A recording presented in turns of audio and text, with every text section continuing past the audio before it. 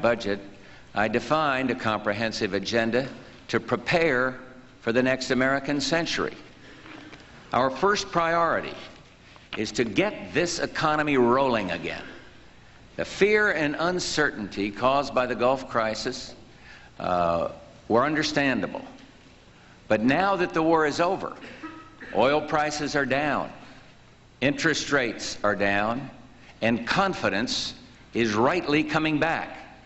Americans can move forward to lend, spend, and invest in this, the strongest economy on earth.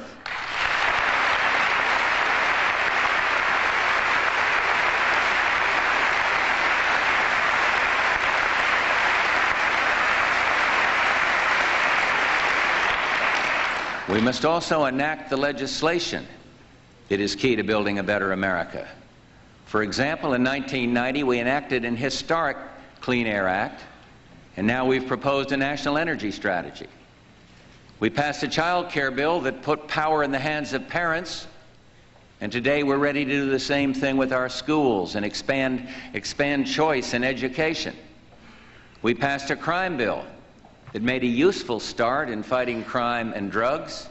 This year, we're sending to Congress our comprehensive crime package to finish the job. We passed the landmark Americans with Disabilities Act, and now we've sent forward our Civil Rights Bill. We also passed the Aviation Bill. This year we've sent up our new Highway Bill. And these are just a few of our pending proposals for reform and renewal.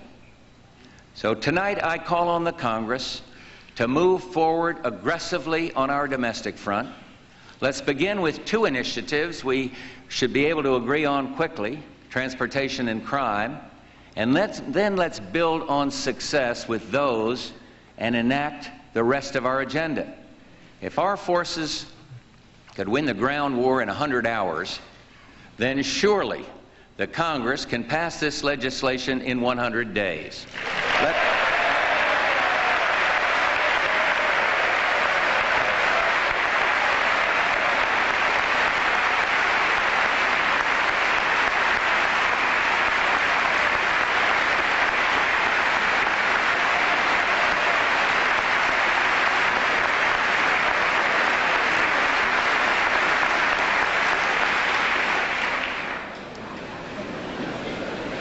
Let that be a promise we make tonight to the American people. When I spoke in this House about the state of our union, I asked all of you, if we can selflessly confront evil for the sake of good in a land so far away, then surely we can make this land all that it should be. In the time since then, the brave men and women of Desert Storm accomplished more than even they may realize. They set out to confront an enemy abroad, and in the process, they transformed a nation at home. Think of the way they went about their mission, with confidence and quiet pride. Think about their sense of duty, about all they taught us, about our values, about ourselves. We hear so often about our young people in turmoil, how our children fall short, how our schools fail us, how American products and American workers are second class. Well, don't you believe it. The America we saw in Desert Storm was first-class talent, and they...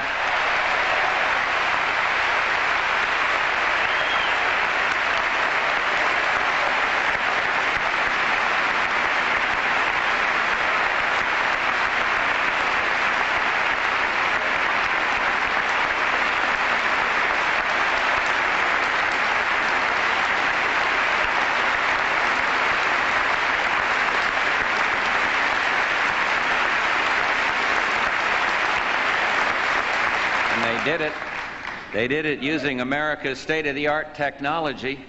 We saw the excellence embodied in the Patriot missile and the patriots who made it work. And we saw soldiers who know about honor and bravery and duty and country. and the world-shaking power of these simple words. There is something noble and majestic about the pride, about the patriotism that we feel tonight. So to everyone here and everyone watching at home, think about the men and women of Desert Storm. Let us honor them with our gratitude. Let us comfort the families of the fallen. And remember each precious life lost. Let us learn from them as well. Let us honor those who have served us by serving others. Let us honor them as individuals, men and women of every race, all creeds and colors, by setting the face of this nation against discrimination, bigotry, and hate. Eliminate them.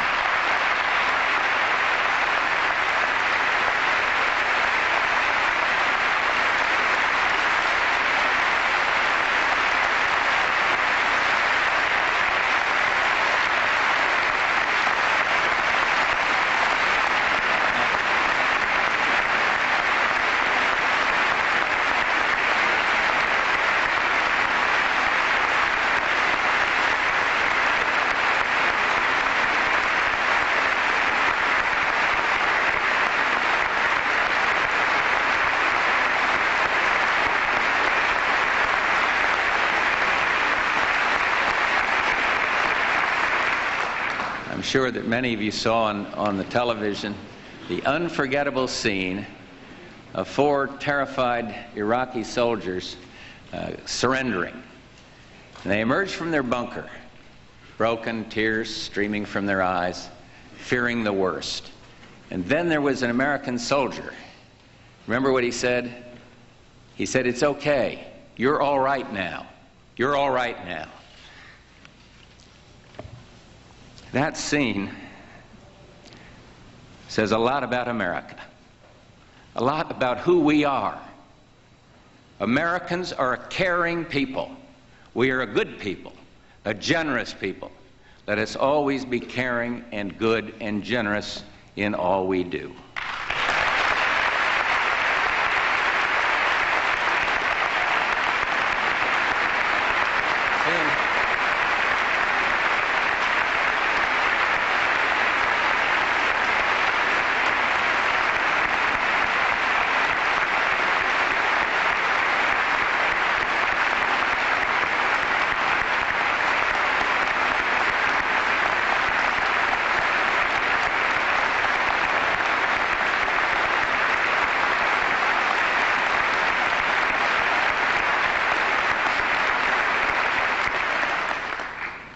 Soon, very soon, our troops will begin the march we've all been waiting for, their march home.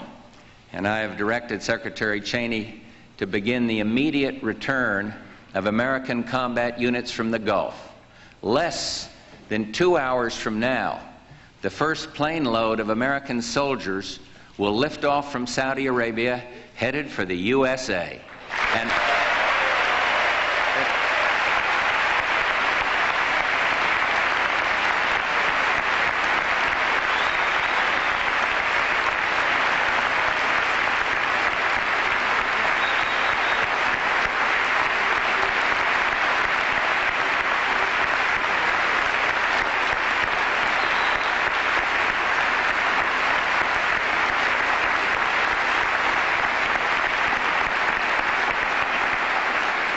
that plane will carry the men and women of the 24th Mechanized Infantry Division bound for Fort Stewart, Georgia. This is just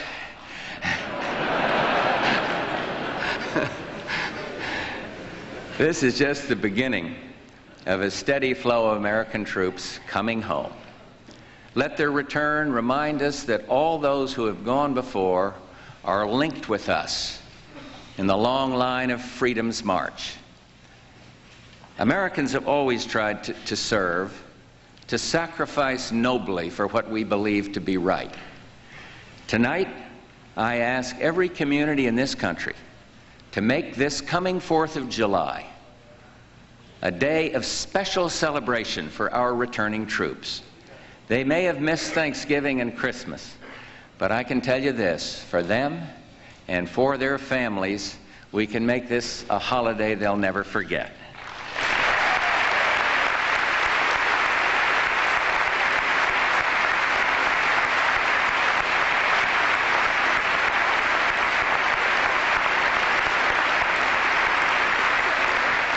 In a very real sense, this victory belongs to them, to the privates, and the pilots, to the sergeants, and the supply officers, to the men and women in the machines, and the men and women who made them work. It belongs to the regulars, to the reserves, to the National Guard. This victory belongs to the finest fighting force this nation has ever known in its history.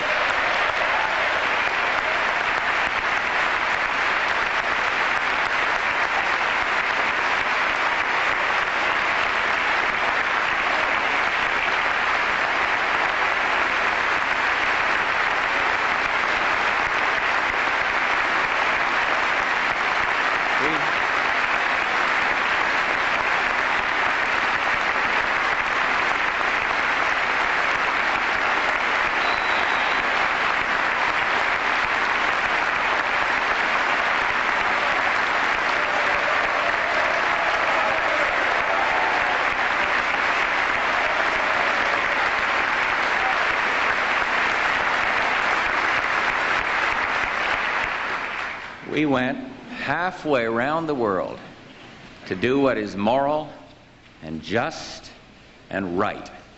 And we fought hard, and with others, we won the war. And we lifted the yoke of aggression and tyranny from a small country that many Americans had never even heard of. And we asked nothing in return. We're coming home now, proud, confident, heads high. There is much that we must do, at home and abroad, and we will do it. We are Americans. May God bless this great nation, the United States of America. Thank you all very, very much.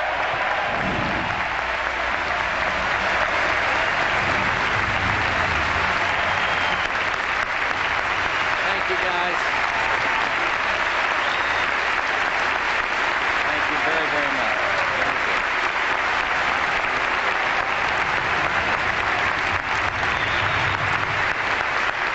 President Bush, after handshakes with the Speaker of the House, Tom Foley, Vice President Quayle, comes down off the rostrum to shake hands all the way around, including shaking hands again with General Colin Powell, the U.S. Army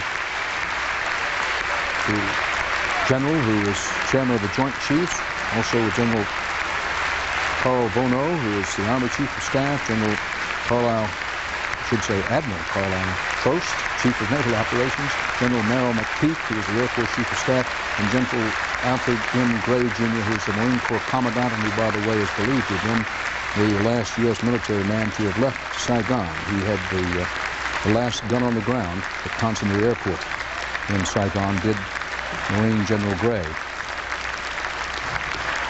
We bring in here Bob Schieffer and our Chief Washington correspondent, and Wyatt Andrews, our White House correspondent.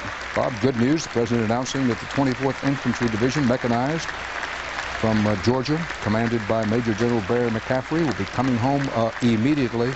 It seems only yesterday that we were standing on the dock in Dhahran, and the 24th Mechanized Division was arriving and worrying about how quickly they could get to the Marines' flank up in the desert. Now, headed home. Bob? Well, Dan, I doubt, Dan, that even the President thought that he would be making the kind of speech that he made tonight this quickly. I know no one in Washington who thought that this war could be wound up and concluded as quickly as it was. But this is clearly the President's night. I think in many ways, Dan, this is the kind of speech that a lot of George Bush's friends had hoped that he would make. He did a very good job of summing up where the country is and then giving a vision of where he wants it to go. George Bush has never been one who was known for rallying people to a cause or an idea, but certainly tonight he did that. I would say one of the better speeches of his administration and certainly one of the most rousing receptions that I can ever recall anyone getting on Capitol Hill. Dan, can you ever recall anyone getting this many standing ovations? No, but not in my life.